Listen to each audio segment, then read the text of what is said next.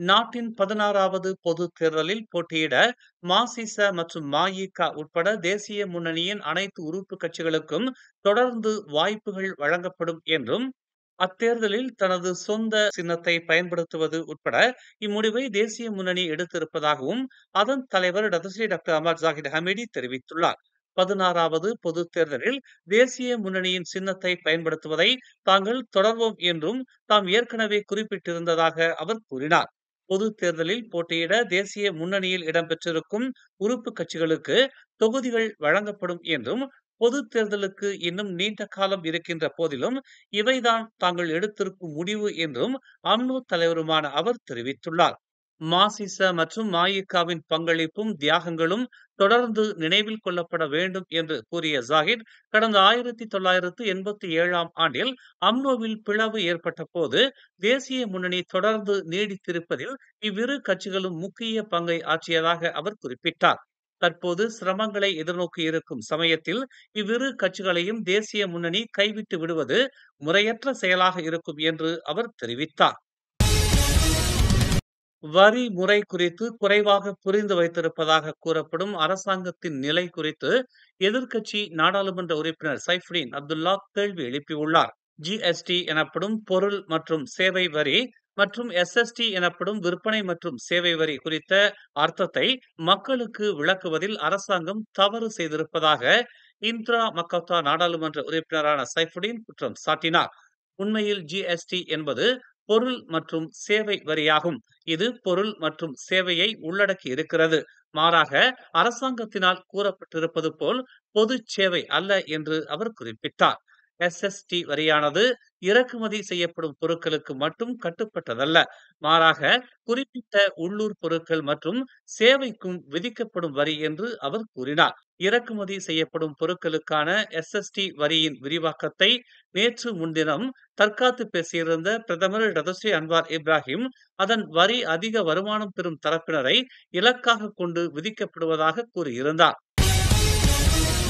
கடந்த ஆண்டு எஸ்பிஎம் தேர்வு எழுதிய மாணவர்களில் 2,23,624 பேர் உயர்கல்வி கழகங்களில் கல்வி பயில விண்ணப்பம் செய்திருந்தனர். அவர்களில் 67.3 விழுக்காட்டினருக்கு, அதாவது 1,50,557 பேரின் விண்ணப்பங்கள் ஏற்றுக்கொள்ளப்பட்டுள்ளன. அவர்கள் அனைவரும் யுபியு ஆன்லைன் முறை மூலம் விண்ணப்பம் செய்திருந்தவர்கள் ஆவர். திறமை அடிப்படையில் அவர்கள் தேர்ந்தெடுக்கப்பட்டதாக உயர்கல்வி அமைச்சு நேற்று வெளியிட்ட அறிக்கையில் தெரிவித்துள்ளது. பேரா கிரேக்கில் உப்சி பல்கலைக்கழகத்தைச் சேர்ந்த 15 மாணவர்கள் பலியான விபத்தில் தொடர்புடைய பேருந்து ஓட்டுநரின் தொழிற்கல்வி ஓட்டுநர் உரிமத்தை சாலை போக்குவரத்து துறை ரத்து செய்துள்ளது.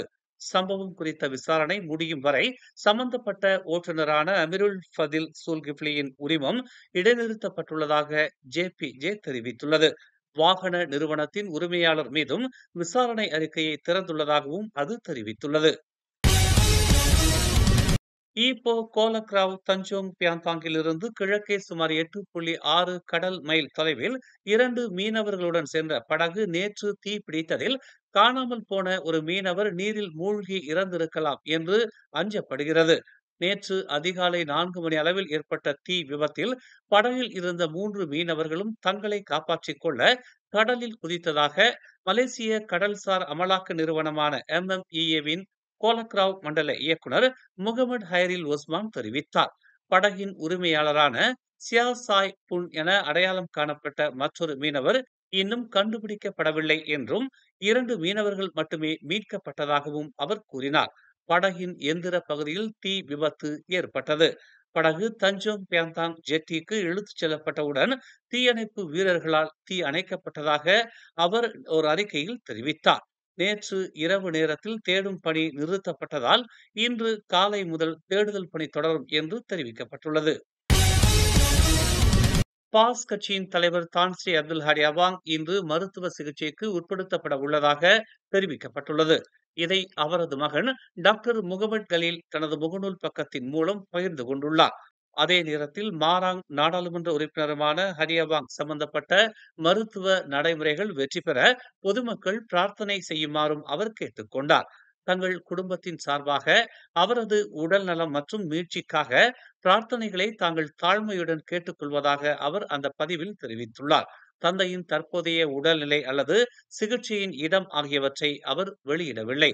கடந்த ஆண்டு ஜனவரியில் 77 வயதான அப்துல் ஹடி அவாங் தேசிய இருதய நிறுவனமான IJN-இல் சிகிச்சை பெற்றார் என்பது குறிப்பிடத்தக்கது. மேலும் செய்திகளை தெரிந்து கொள்ள தமிழ் மலர் நாளிதழை பாருங்கள். உடனுக்குடன் செய்திகளை தெரிந்து கொள்ள தமிழ் மலர் இணையதளம், தமிழ் மலர் செயலி மற்றும் மலர் டிவி யூடியூப் சேனலை வலம் வாருங்கள். எங்களோடு இணைந்திருக்க மலர் டிவியை பதிவு செய்து கொள்ளுங்கள். உறவுகள் மகிழ்ந்திட விருப்பம் மற்றும் பகிர்வு சேவையை சொடுக்கிடுங்கள்.